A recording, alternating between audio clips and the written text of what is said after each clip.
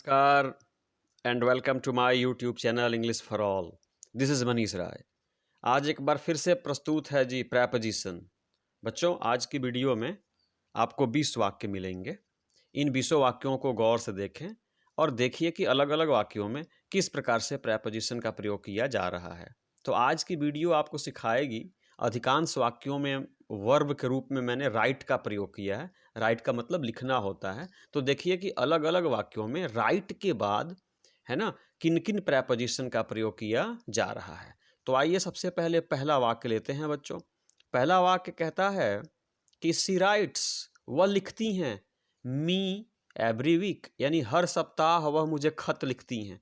तो बच्चों यहाँ पे आप राइट के बाद टू करेंगे। जी बच्चों, she writes to me every week, हर सप्ताह वह मुझे खत लिखती हैं। बच्चों, आप अपने पिताजी को लिखते हो ना, you write to your father. ठीक है, आप अपनी माताजी को लिखते हो, you write to your mother.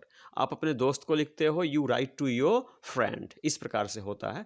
तो यहाँ राइट के बाद क्या करेंगे बच्चों, टू करेंगे।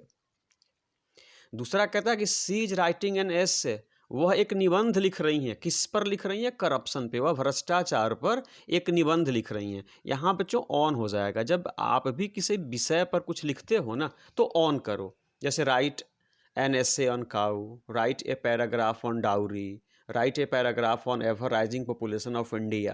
यानी आप भी किसी विषय पर कुछ लिख रहे हो बच्चों, तो राइट के बाद ऑन करो। तो दूसरे वाक्य में मैंने ऑन कर दिया, she is writing an essay on corruption. तीसरा कहता है माई डॉटर राइट्स, मेरी बेटी लिखती है। बच्चों, आप सबको दो हाथ हैं, है ना, एक लेफ्ट है और एक राइट है। अधिकांश लोग राइट से लिखते हैं, कुछ लोग लेफ्ट से भी लिखते हैं। तो यदि आप इन दोनों में से किसी भी हाथ से लिखते हो ना तो विथ का प्रयोग करना। जी, my daughter writes with her left hand, यानी मेरी बेटी जो है ना वह लेफ्ट हैंड से लिखती है। वह बच्चों बाएं हाथ से लिखती है। अगर आप दाएं से लिखते हो ना तो लिखो कि I write with my right hand, और वह अगर लेफ्ट से लिखती है तो वह लिखेगी कि she writes with her left hand. तो आप बाएं से लिखो तो विथ राइट हैंड, और अगर आप बाएं हाथ से लिखते हो तो राइट विथ लेफ्ट हैंड, और दाहिने हाथ से लिखते हो तो right with your right hand.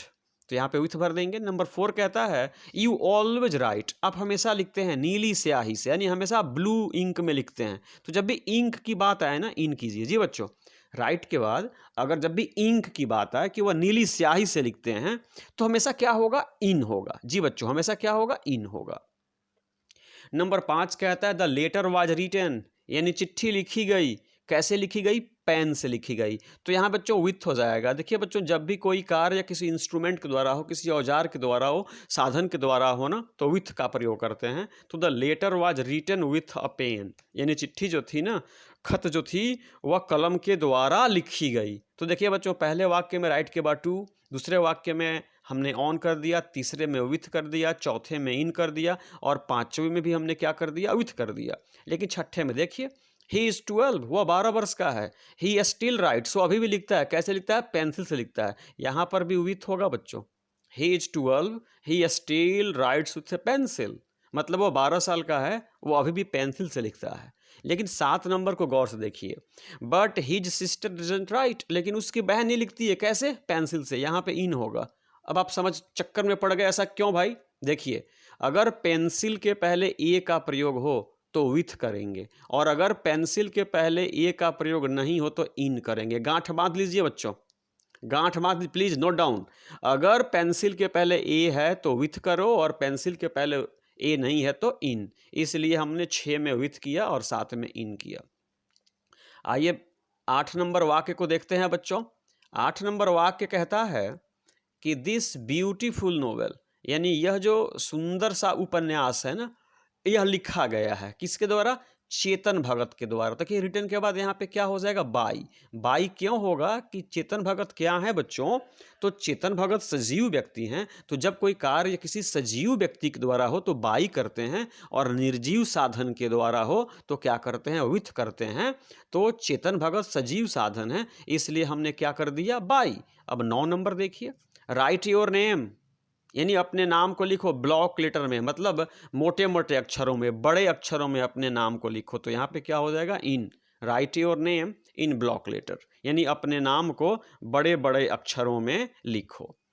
अगला 10 नंबर देखिए, आई राइट लेटर्स, मैं चिट्ठियाँ लिखता हूँ, अंग्रेजी में लिखता हूँ। तो जब भी किसी भाषा में, तो इन हिंदी, अंग्रेजी में इन इंग्लिश, भोजपुरी में इन भोजपुरी, उर्दू में इन उर्दू, तो आप यहाँ पे इन का प्रयोग करें।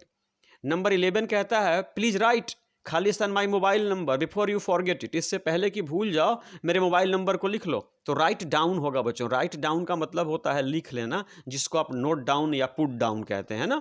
तो please write down my mobile number before you forget it, यानी इससे पहले कि मेरे मोबाइल नंबर को आप भूल जाओ लिख लो। तो ये 11 वाक्य जो थे ना बच्चों, ये राइट पर आधारित थे, आप इसको बारीकी से देखेंगे।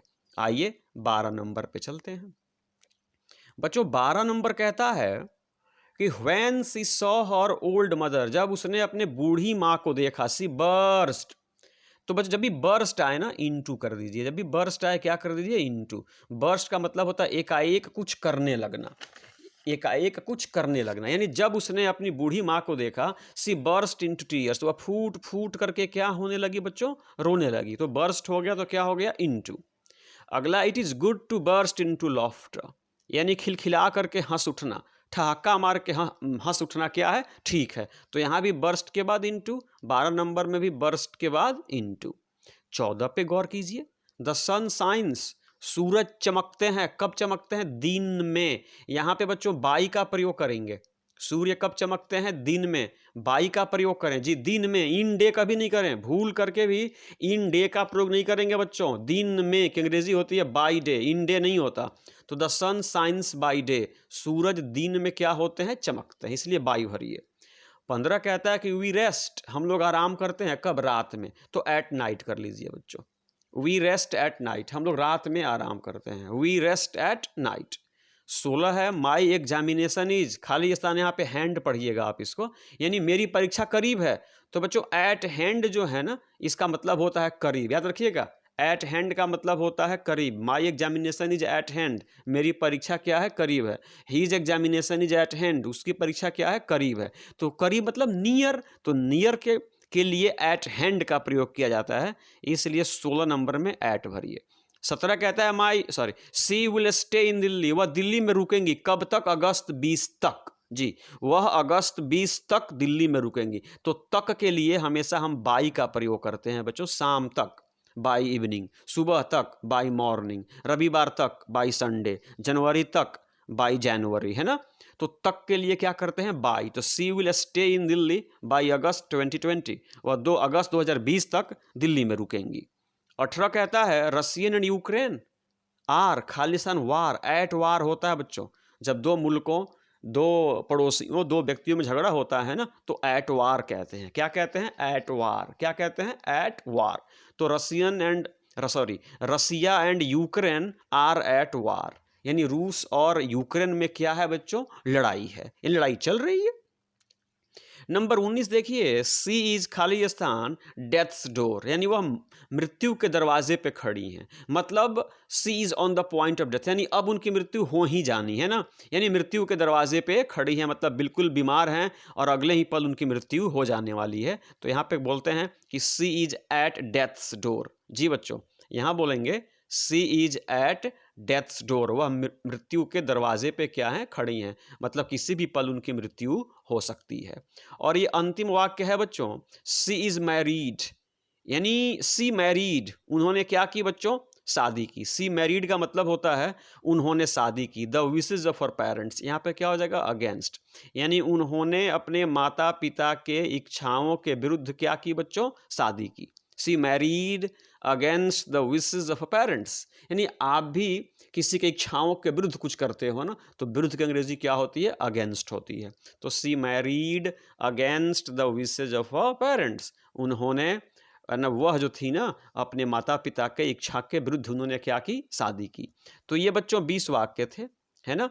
तो 20 वाक्य में बच्चों शुरू में जो 11 वाक्य थे ना, हर वाक्य में हमने वर्ब के रूप में राइट को लिया था, और आपने देखा कि भिन्न भिन्न परिस्थितियों में राइट के साथ भिन्न भिन्न प्रकार के प्रेपोजिशन का प्रयोग किया जाता है। तो बच्चों आज की वीडियो को शुरू से अंत तक देखें और प्रेपोजिशन को समझने की कोशिश करें। तो बच्चों, आज की वीडियो पसंद आई हो तो चैनल को प्लीज़ सब्सक्राइब करें, वीडियो को लाइक करें, अपने मित्रों से भी शेयर करें और चलते चलते मेरे साथ बोलें जय हिंद।